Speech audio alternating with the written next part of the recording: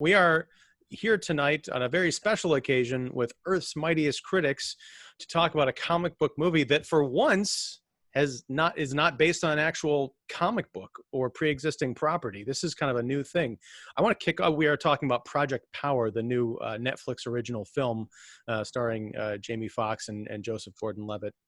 Here's a question. I want to lead off with this. Are there any other instances that come to mind right away of comic book movies or comic book inspired movies that aren't based on graphic novel source material? Because I'm struggling. Don. Blank Man.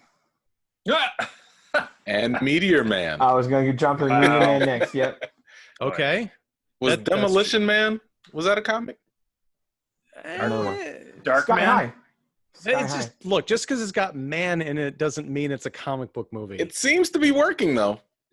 I guess. Sky High, that's a good one. Sky High. Yeah. All right. I'd say, but you can't really call these movies comic book movies. Then. They're you could superhero call them movies. Superhero Yeah, movies, come on. sure, Yeah. sure. Yeah. Yeah. I like it. Sky Okay. High, yeah. Drawing a blank. You know, you could have prepared us for these questions Yeah. in advance. Hey guys, I'm going to kick off this episode with this question. Come Right. prepared. To quote the late, great Ray Stantz, it just popped in there. No, I don't know if Ray is dead, but, you know. That's what she said. Wow. Mhm. Wow.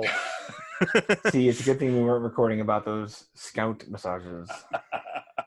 Well, now I got to blank that out. Let's start over again. Okay, guys, we're talking about no. That's her blank man. Blank Man, yeah. So this was, and I didn't know this was not based on a comic until I think after I finished the movie, literally 5 minutes before we jumped on this call. And the first thing I did was I stopped to look up, like, is this based on something? Because I definitely want to read it. And it turns out no. But the screenwriter, whose name I have right here, Mattson Tomlin, is actually working on The Batman. So that's kind of exciting, considering what he's put together here. Well, I mean, yeah, the Batman, who knows what or when that's ever going to be. But based on what I've seen here on Project Power, there's at least potential for it to be pretty cool.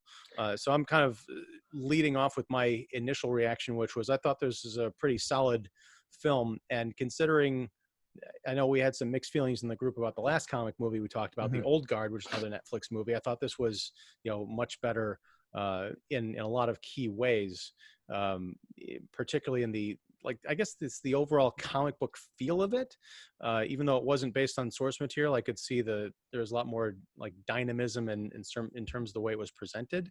But let's go around the room. What are other people's like high level opinions of the film? Then we can get into like plot and spoilers. Well, sorry, one thing. Yeah. Synopsis time.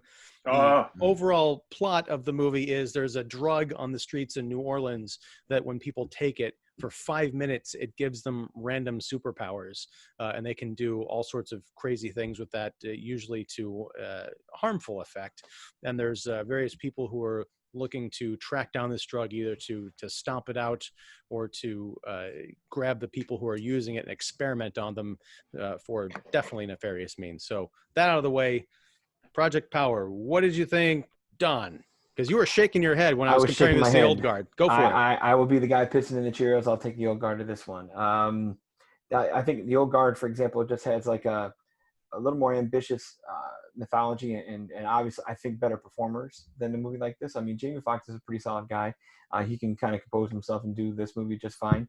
And this is one of those classic cases for me of like a dynamite concept. Like if you told, like you said with the synopsis, if that's your long line of, a pill that can create superhero powers and all the limitations and the what ifs of that, like you're in like there's some heady space there to do like an Andrew Niccol level kind of thing, like Gattaca or In Time. And, there's a high concept. And what we get is, I don't know, Joseph Gordon-Levitt doing his best Mark Wahlberg impression. That was always going to come. You got Jamie Foxx kind of sort of being I don't know, what is he, the anti-hero, the hunter, the this and that. I just, he's all right, but not compelling for me. Dominique Fishback's fantastic. Interesting dynamic there to kind of see the kids, angle of this, even though she's not a kid, as EMan told me after the movie. How old is she? It's like 29. She's 42. She's 29 and she's playing like a 17-year-old. 16? Yeah. Yeah. Well, she can pull it off, I guess. Blew my mind. I was like, Well, oh my gosh. Dude, Jamie Foxx is 52, almost 53. Yeah, How is easily. that a thing? Sorry, No. I didn't mean to step on you, Don. No. But no, for me, high level thoughts, high concept, great idea. Thrilled to know where that was going to go, and it, for me at least, it didn't go anywhere super interesting enough for me to chase that down or want to find out more compared to other things that we've seen. So Okay. I don't know. Yeah, just math for me. Let me ask you this real quick, because this had some odd parallels to another Netflix movie that you and I talked about, Don, Coffee and Kareem. Oh gosh, yeah. Yeah. Wow. the A little bit there. Kind of like the lame white cop and the like obnoxious kind of foul mouthed black high school student running around and being chased through the night. Yeah. This is at least better than that. Oh, dude. Yeah. The list of things that are better than Coffee and Kareem is we could do like 17 years on that. But yeah, it's weird because they're both Netflix movies. I'm not saying there's any kind of like crossovers like, oh, they're all in the same writer's room and stealing ideas, but it's just like all throughout the film, there are these odd little parallels to that. I'm like, it's really coincidence. But even to go with Coffee and Cream, like I feel like this movie lacks a heavy until you just have to have one by the end. Like we had Betty Gilpin do a pretty fun heavy at the end of Coffee and Cream. I mean, ridiculous, but fun. Yeah. But then you have Rodrigo Santoro and Amy Landecker here that are just kind of there.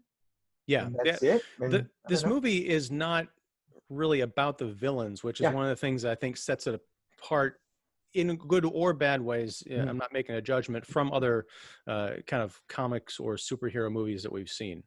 Yeah. It's definitely a focus on the hero group family dynamic. Yeah. EMan. Pass it down. Yeah. I'm a little bit higher than Don on this, mainly because I couldn't nail down what a bad thing really was. I mean, the acting was good to okay. The action was good to okay. One thing I really liked was how they did try to find some level of grounding to these superpowers and, things like that. It wasn't just like, well, you walk into a radiation explosion and boom, you've got like XYZ powers. It's more like, no, we're trying to, tie this into evolutionary, scientific, yada, yada, yada. So I liked that level of world building and how they were able to give us the rules, and even to, introduce the other aspect of this isn't, just all great if you pop the pill. It has consequences. So that level, was intriguing, with this MacGuffin of the pill and everything. It was enough to keep me interested throughout, the film. But yeah, and not to mention, I mean, I liked how you still had the social element, right? Like you're talking about drug usage in a vulnerable population. And then you also have the component of police, also being introduced in this, and they're, upping the ante, so to speak, as well. And so, watching this film, what I thought was interesting was you could write some social commentary and make this a think piece if you want to, or it can equally be just a popcorn flick that you could just watch for entertainment. Yeah. And I think that that's where I'm a little indifferent in terms of really overly praising the film and or just like condemning it or whatever, because it depends on what you want. Actually can be a good thing. If people just want popcorn flicks and entertainment, you could totally get that, and this movie will be much better for you, similar to an Extraction, for example. And I do think that this falls right in line. It's following the footsteps of Extraction and the Old Guard, where it doesn't have to be that deep, but it still has enough to keep you engaged. And if I had any potential knock against it, it did feel kind of basic, like the story was kind of basic. The antagonists were forgettable, to be honest. Like I didn't care about the drug lords or, the organization. Like it lacked a big enough punch. So that way, when the protagonists, have a victory, for example, I'm not really sitting there rooting for them. I don't care, because I didn't feel the impact of the win, mainly because I don't think that the sense of urgency with the drugs or whatever was really emphasized enough. I mean, I get the whole mission of, man, we got to stop this before it gets bad, but it just didn't feel like it ever got to the point where I could really get invested to the point where I'm like, whew, man, you guys really saved the day here. And they probably did. I'm just saying the movie didn't give me that impression to really feel that, to feel that weight. But ultimately, I mean, I enjoyed the movie. It was fine. I liked it. The performances were cool. Dominique Fishback, I definitely think is got a very bright future ahead of her. Jamie Foxx, I don't want to say he was going through the motions, but I've seen better from him. Yeah. This isn't like his worst performance. No. Joseph Gordon-Levitt, I've seen him do way better. To be honest, I don't think he needed to be in this role. I like seeing him in anything.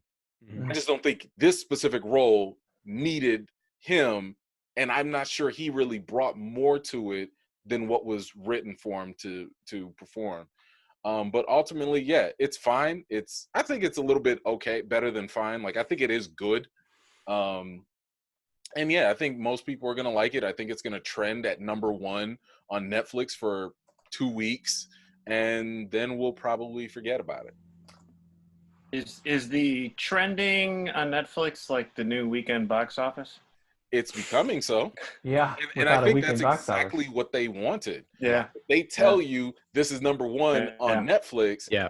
People are going to write and say, guess what's #1 on Netflix? Yeah. I got an email today about here's what people are watching in Netflix in your area. I'm like, I don't care what people are watching in my area. Wow. Don't you want to fit in, David? Don't you want to look through your are they going to find out I'm watching Star Trek Voyager?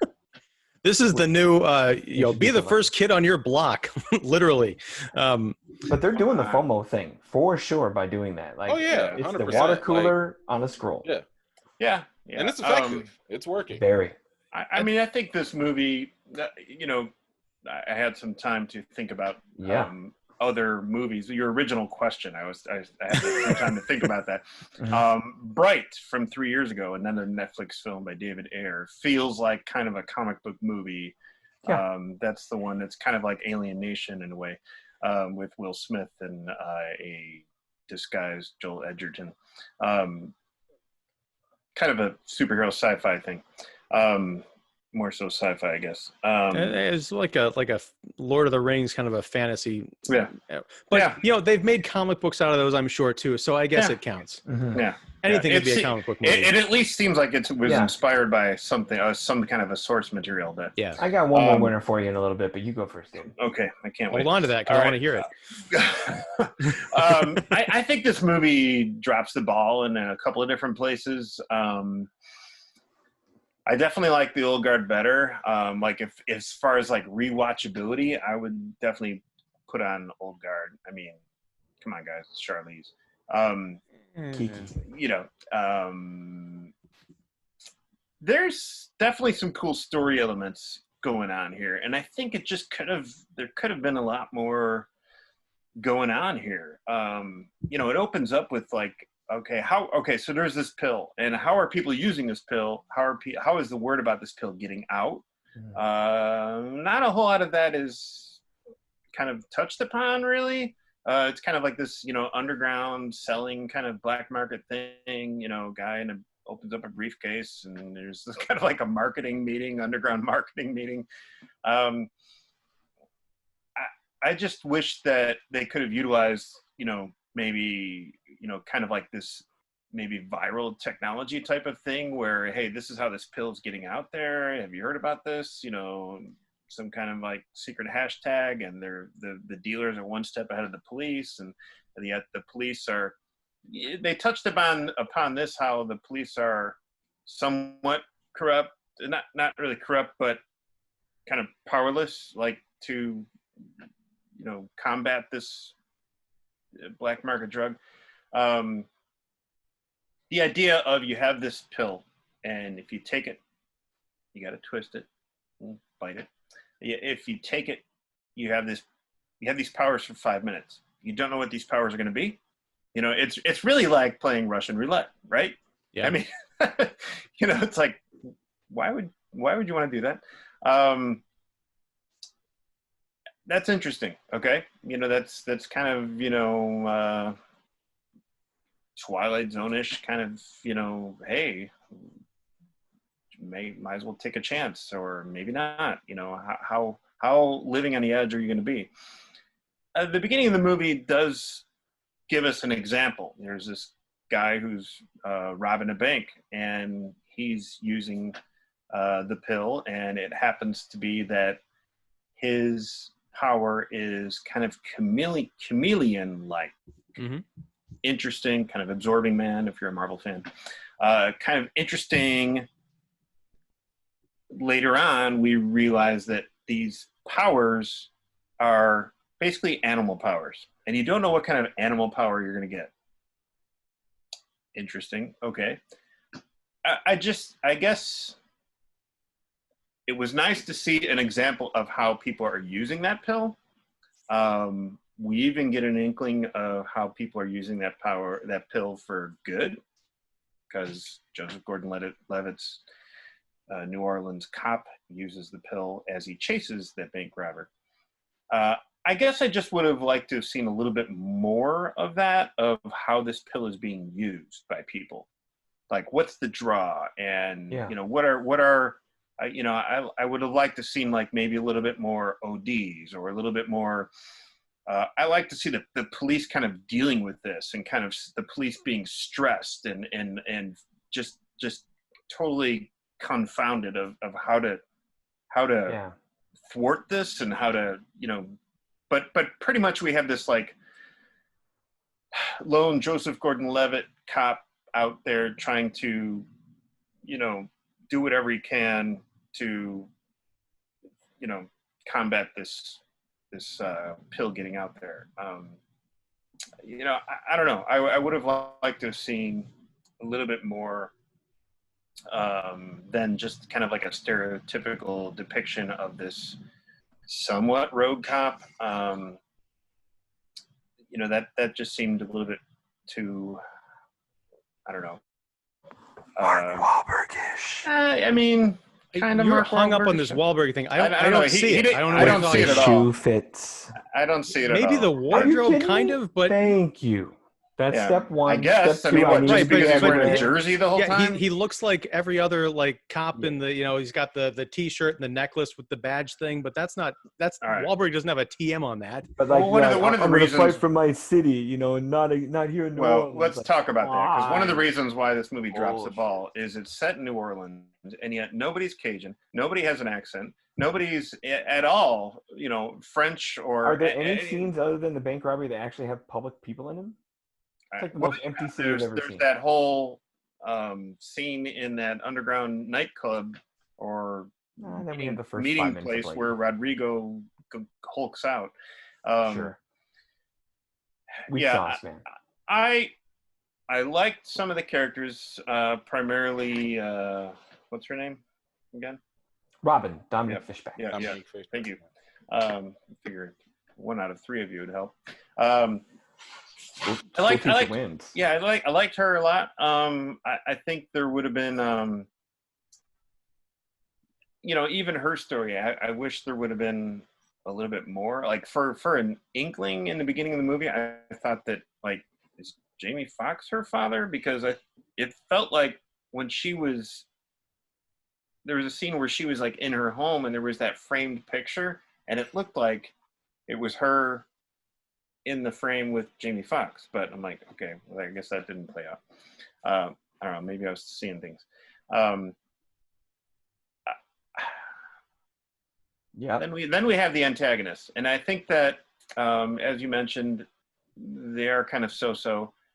Again, I think kind of missed potential. I think, especially, I did like some of the flashback scenes. Those were pretty good, and they were quick, edited really quick, and inserted in there, like, you know, jostling or you know, jolting memories.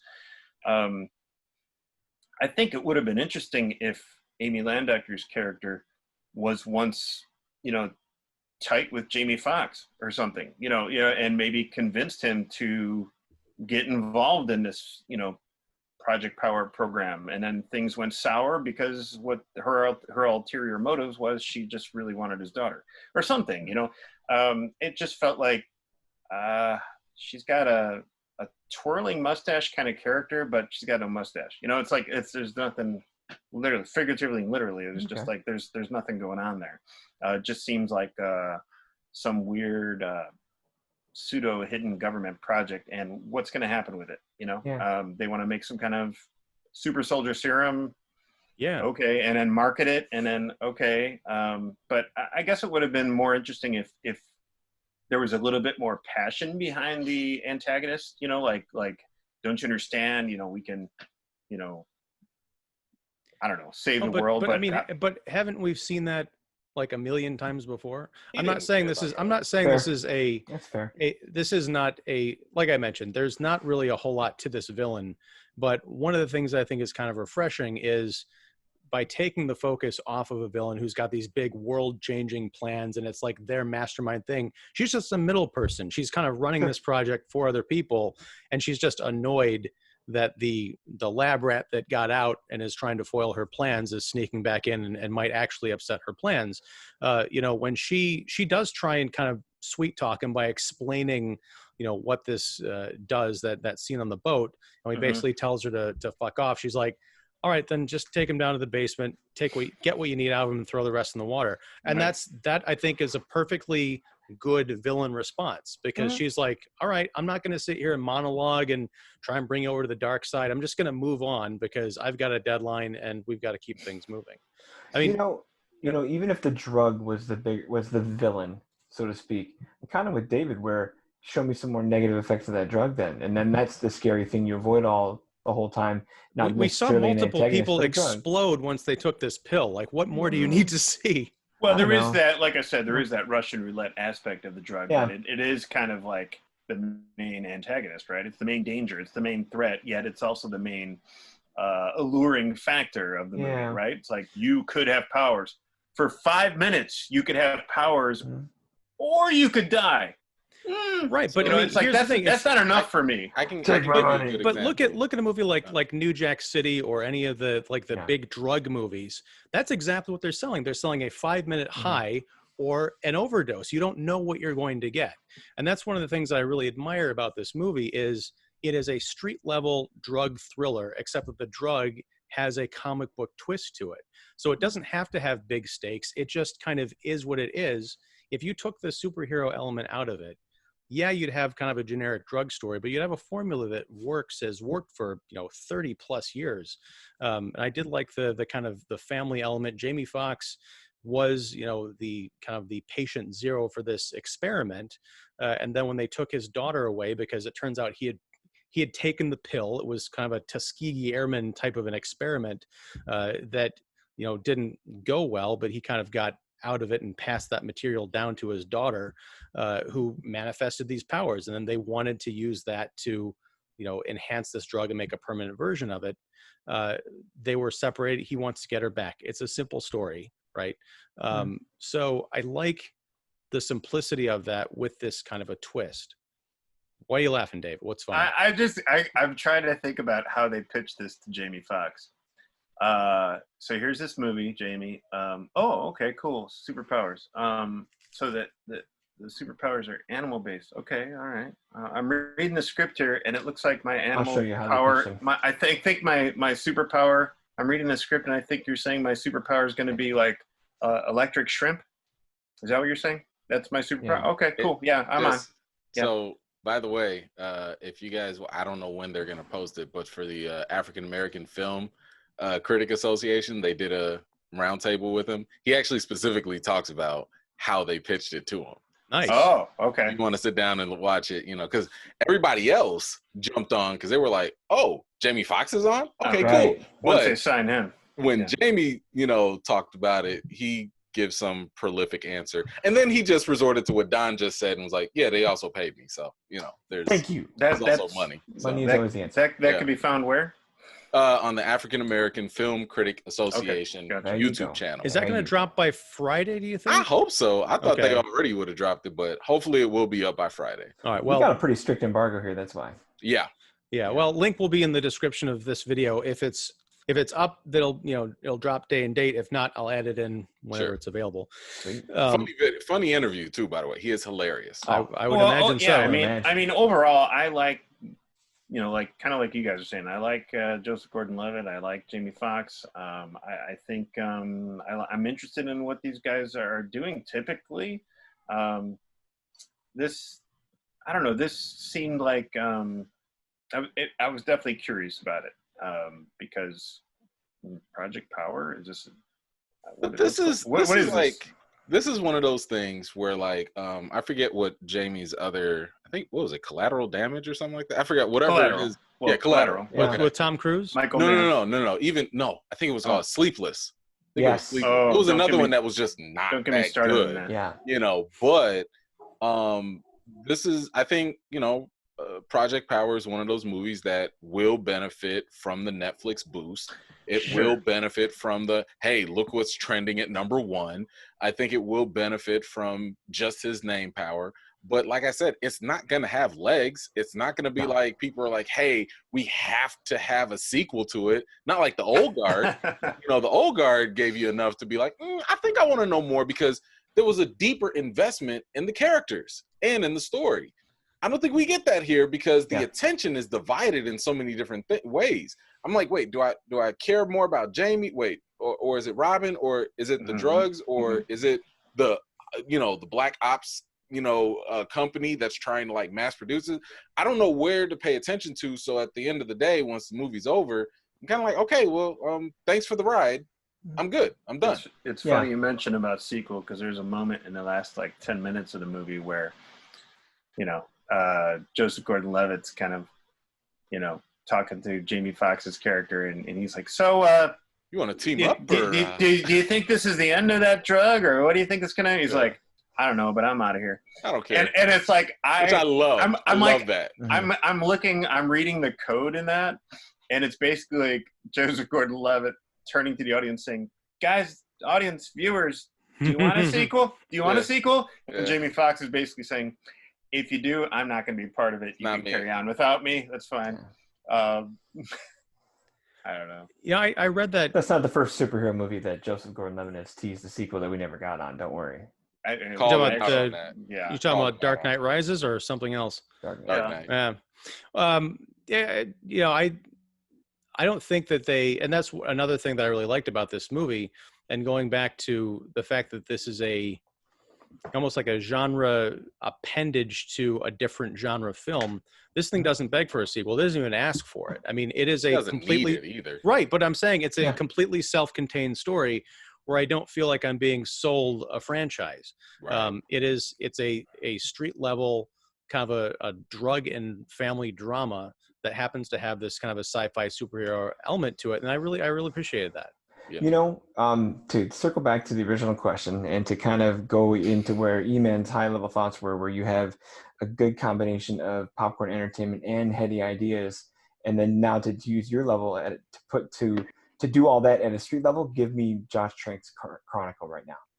That movie smokes this movie. Smokes this movie. I watched Chronicle again a couple of years ago, and it doesn't hold up as well as maybe you remember it. I think, and even Chronicle, it kind of leaves the door swinging open because you've got the guy walking out to his fortress of solitude at the end. And that was more of a villain focused movie too. I think we're talking about movies that want to accomplish different things. So they can both exist on the same, shelf. I don't know that I'd put Chronicle up against this movie because they're just different beasts. I kind of, has everyone watched The Boys on Amazon? I have not yet. I read the comics. I know. David, we need to talk. Catch up. I know. I gotta catch up. Okay. Season 2 is coming up. I gotta catch up. I won't go into it, but I would say that The Boys is close to this, Okay. only in terms of how they try to ground everything. But that gets into spoiler territory. As far as world building and stuff. Yeah, and what would happen in society, kind of thing. Yeah, more of like the impact. I would say more of the focus on societies. Because like I said, it's a question of where are we focusing, who are we focusing on, and granted, obviously it's a TV show versus a movie, but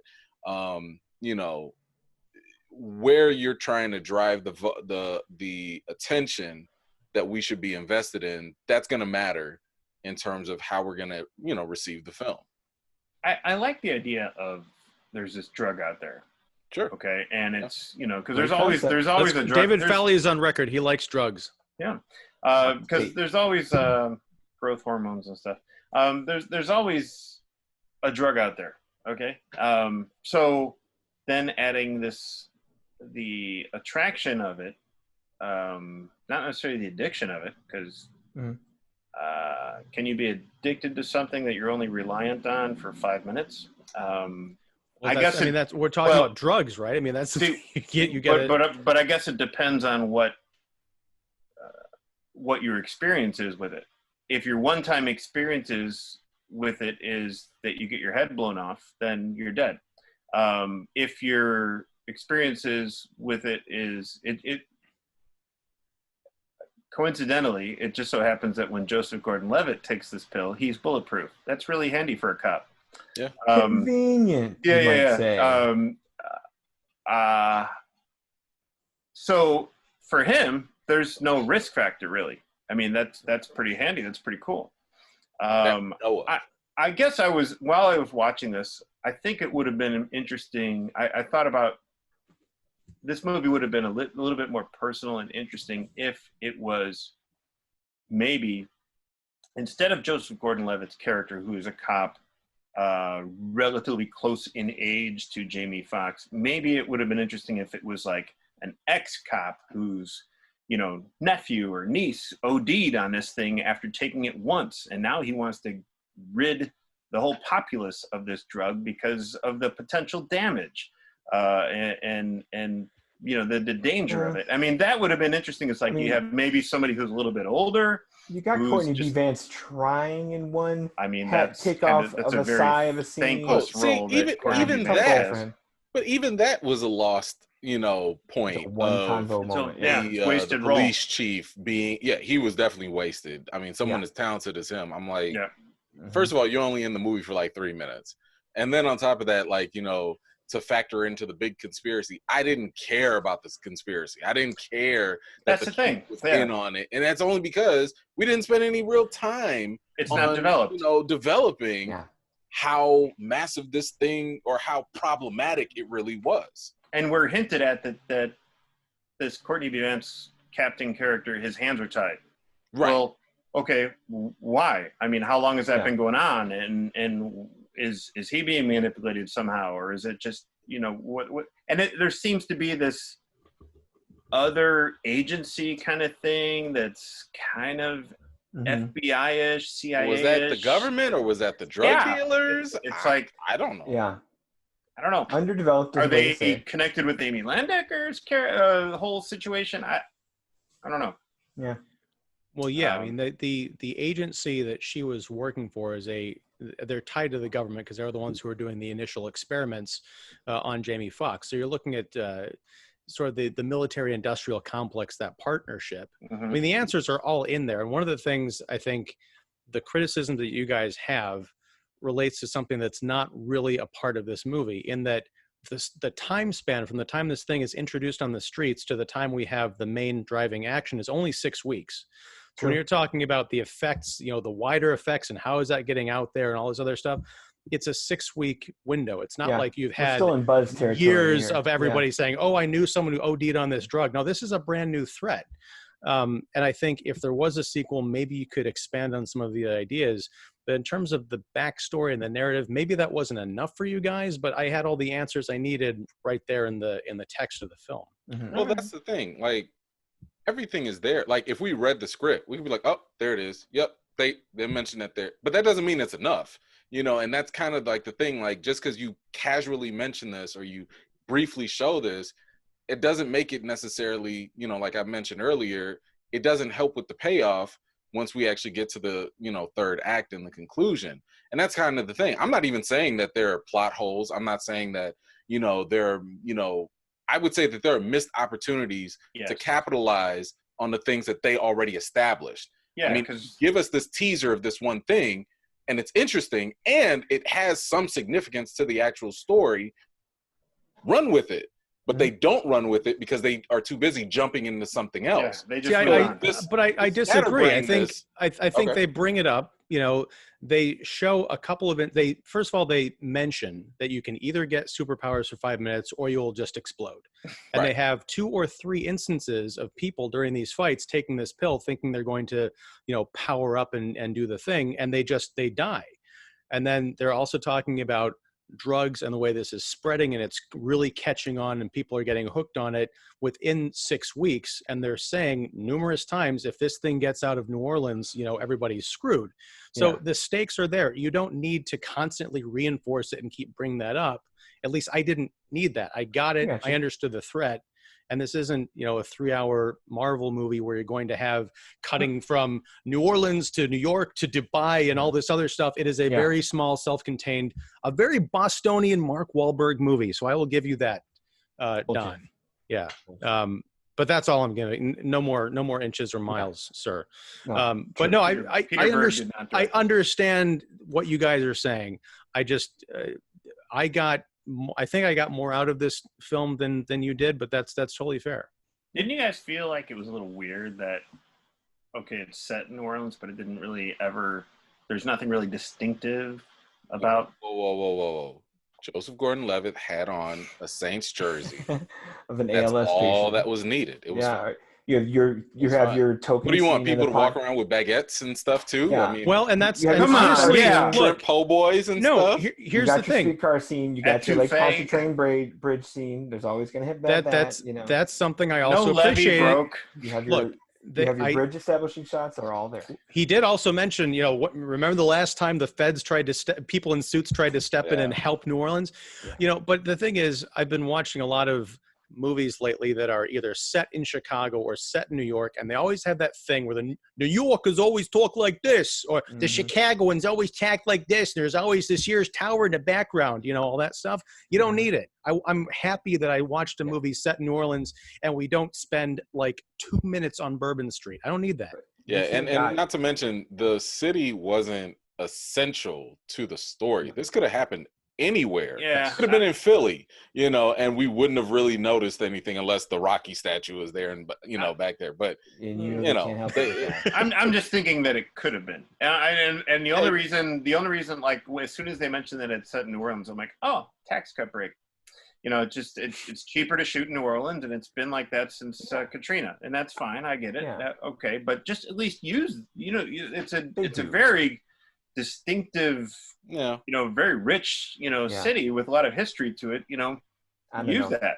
I thought the only reason St. Jersey's a flag on the back, man. There's no Bourbon Street. There's nothing. I think the only reason they even used it was just because it was one of those vulnerable cities. Sure. And they had their that was really it. Too. Yeah.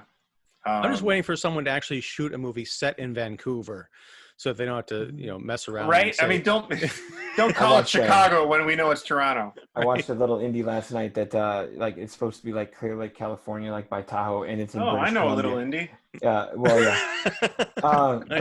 But it's filmed. The audio in, like, version British David Columbia, held up his and you Raiders could shot just tell. glass. It's massive. Well, at least it was it hard to kill, that Steven Seagal movie that's set in Chicago. Yeah, there's a chase with a Jeep and you see mountains and palm trees in the background. I think that's Above the Law. Above the Law, Right. maybe. Yeah. Hard to Kill is the one with Screwface as the antagonist. I Don't know ask me David's why I saying, know this stuff. I know what David's saying when you think of like TV shows that can dive deeper, like was it Treme? You know, where you get a little grittier side of New Orleans, and if you're gonna do a drug underworld of New Orleans, can you get a little more than Bridges Bays and Saints Jerseys? Yeah. So guys, can a movie like this, if it wasn't for a pandemic, would a movie like this even survive in the theaters? I mean, I think it would be more like Push or Jumper or something like that. Yeah, well, I think it'd be right. It landed right where it needed to, right here in August, where Jump lands in summer. Sure. Yeah. Yeah. I mean, well, I don't. I don't agree with that. It used to be that way. Well, yeah. I think, but this is a perfect April Netflix movie. Yeah, well, it's a perfect Netflix movie. I mean, Yeah. I don't know if I would have felt anything. See, the only thing I think would have been fun to see in the theater is that pistol shrimp surprise at the end, because I thought that was a really cool way to pull off that effect with the kind of the vibrations and the earth moving and people like melting. The one guy, his face is disintegrating and melting, and he's got a nosebleed. I mean, that's really fun The stuff. cinematography came together. The nightclub right scene where you stay on the frozen girl, and it was a guy. That was while the action happens behind it. That looked good in the theater. I like that. That was interesting. But when Rodrigo went all nuts, I'm like, that works. That was like League of Extraordinary Gentlemen level stuff. Yeah. And I feel like they were trying to take from the first Avengers movie where Black Widow's running from Hulk. I'm like, CGI. I just kept on thinking like how Joseph Gordon-Levitt like filmed that. It's like, okay, did they give him something to jump under and then slide over under, you know? Well, help me out with this, because I don't think they explained all of the animals in this movie. What animal catches on fire? Which one is frozen and then like losing limbs? Then that girl in the cage, it was kind of confusing. But I thought that I saw like when she put her hand against the glass, her fingers started to fall off and then regenerate. It was almost like she was constantly falling apart and coming back together until she ultimately just ended outward.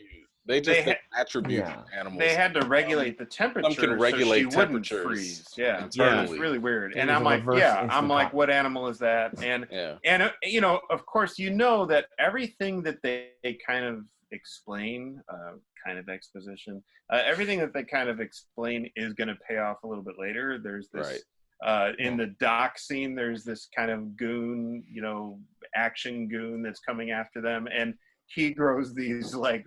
The bone blades, razor-shaped bone appendages, like some kind of a frog. Sure. Yeah. And he had that thing coming out of the top. It reminded me of Violator, and I was like, Jamie Foxx was attached to Spawn at one point. It reminded me of like bad. It reminded me of like. I don't know if Spawn's attached to anything anymore. Sorry. It reminded me of like bad '90s noseless Wolverine. That's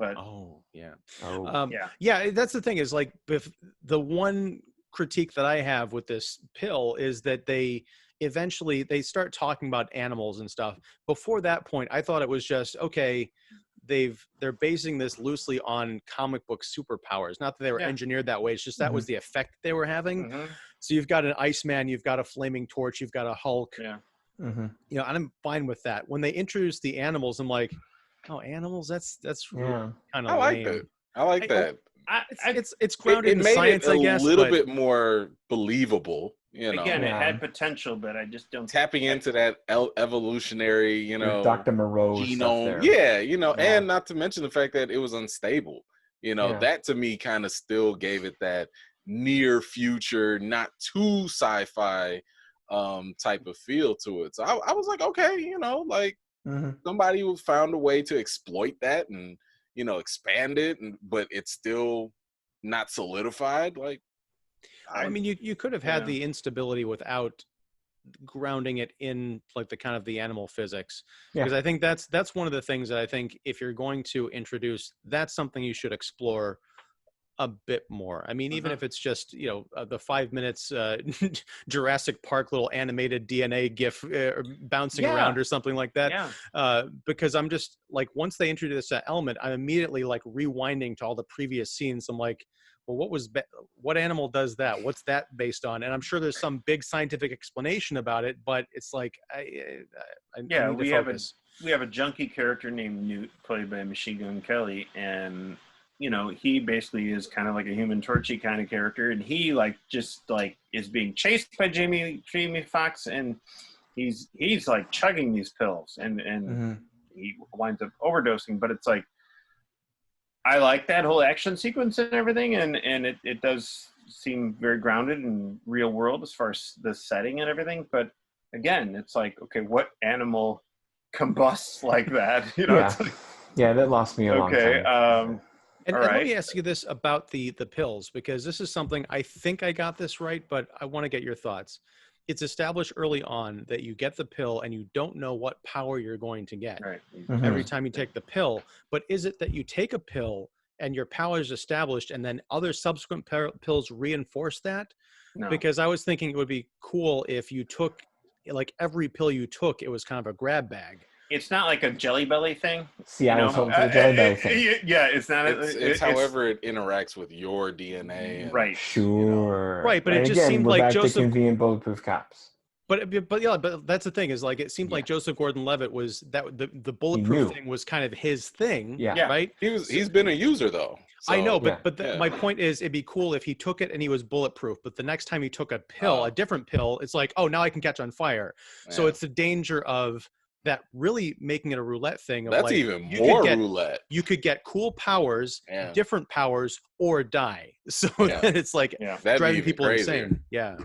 That's why I was confused. I didn't know that was a bit part of the rules I was a little shaky on. Yeah, I think if they had that, it would be a little bit too all over the place and herky jerky. Like, you know, I don't even. I think it would have been interesting, but it wouldn't even sell because it's like if I had this power, that power, or die for only 5 minutes, nah, you can't even have a sustainable junkie at that point, you know, because you'll probably end up killing more people, like, you know. Yeah, if I knew got 3 pills, I might die like on the second one, you know. Yeah.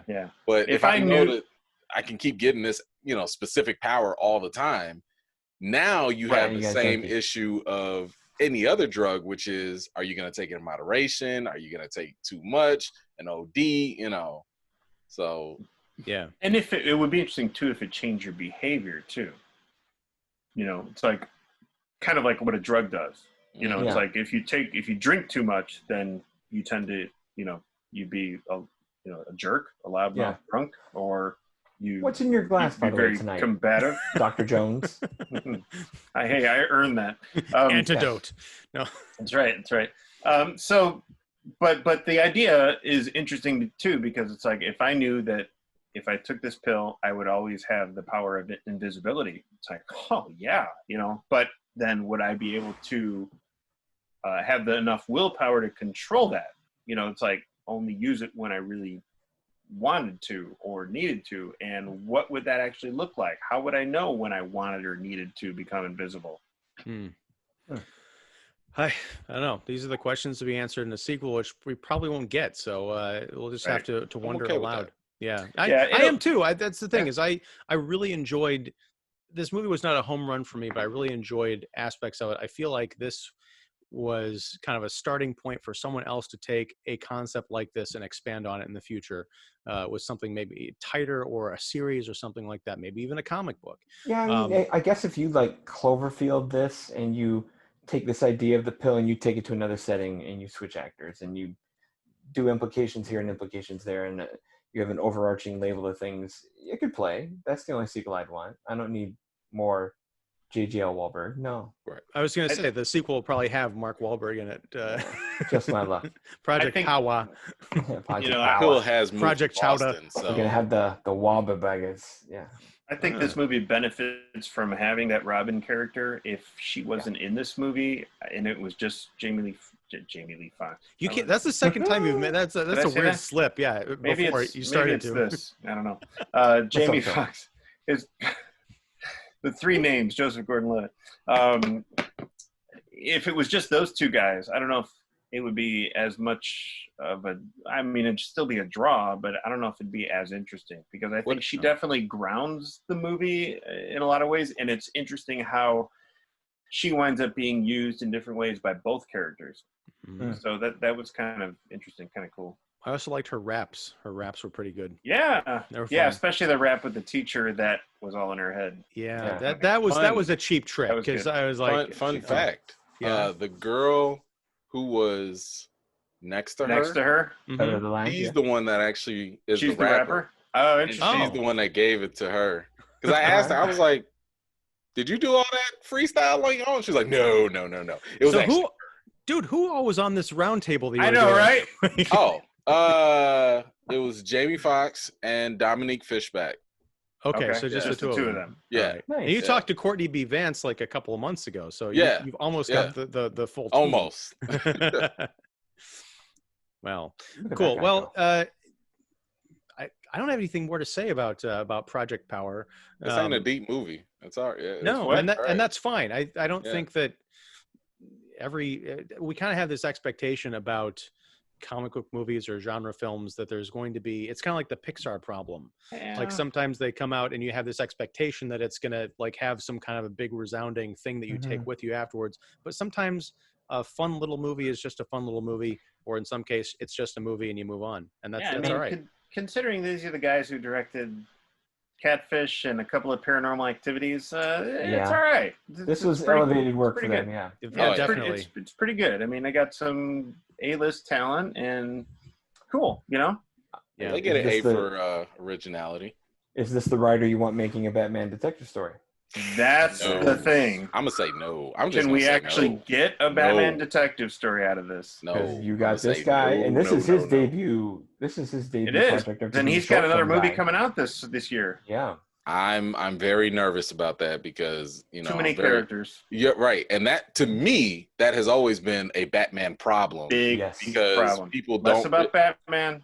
Right. Yeah. I mean, ever since, what was it? Was it Batman Returns where we started getting more and more characters, and then people were just like, oh, Batman has to have 3 villains all at once at the same time. And I'm like, the best story. One good story. Batman and the villain. That's it. Yeah, I think where they were.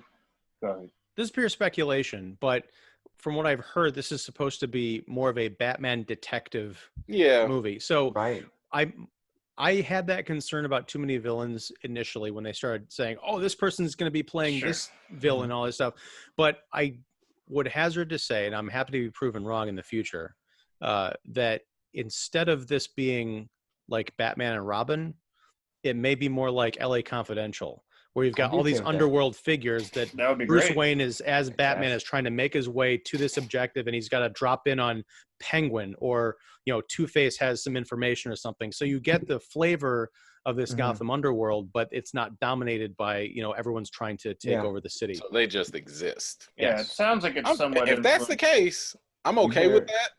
You better hope more Matt Reeves is writing it than Tomlin, because he's the first. I hope that is. Yeah, I'm gonna disagree with that. I don't think that this is, you know, this does not showcase necessarily a Batman movie, but I think it showcases a willingness to invest somewhat in different types of characters than we have seen in different dynamics. Well, to be fair, they're also expanding on this specific universe by doing spin-off shows. You know, for them, they're doing the Gotham PD, which I'm like, you guys tried that already, but okay. Yes, and then there's another rumor that Kravitz, she's going to get another spinoff for Catwoman. Like a movie spinoff, or no, series, like a limited mini series on HBO Max. Yeah, sell it.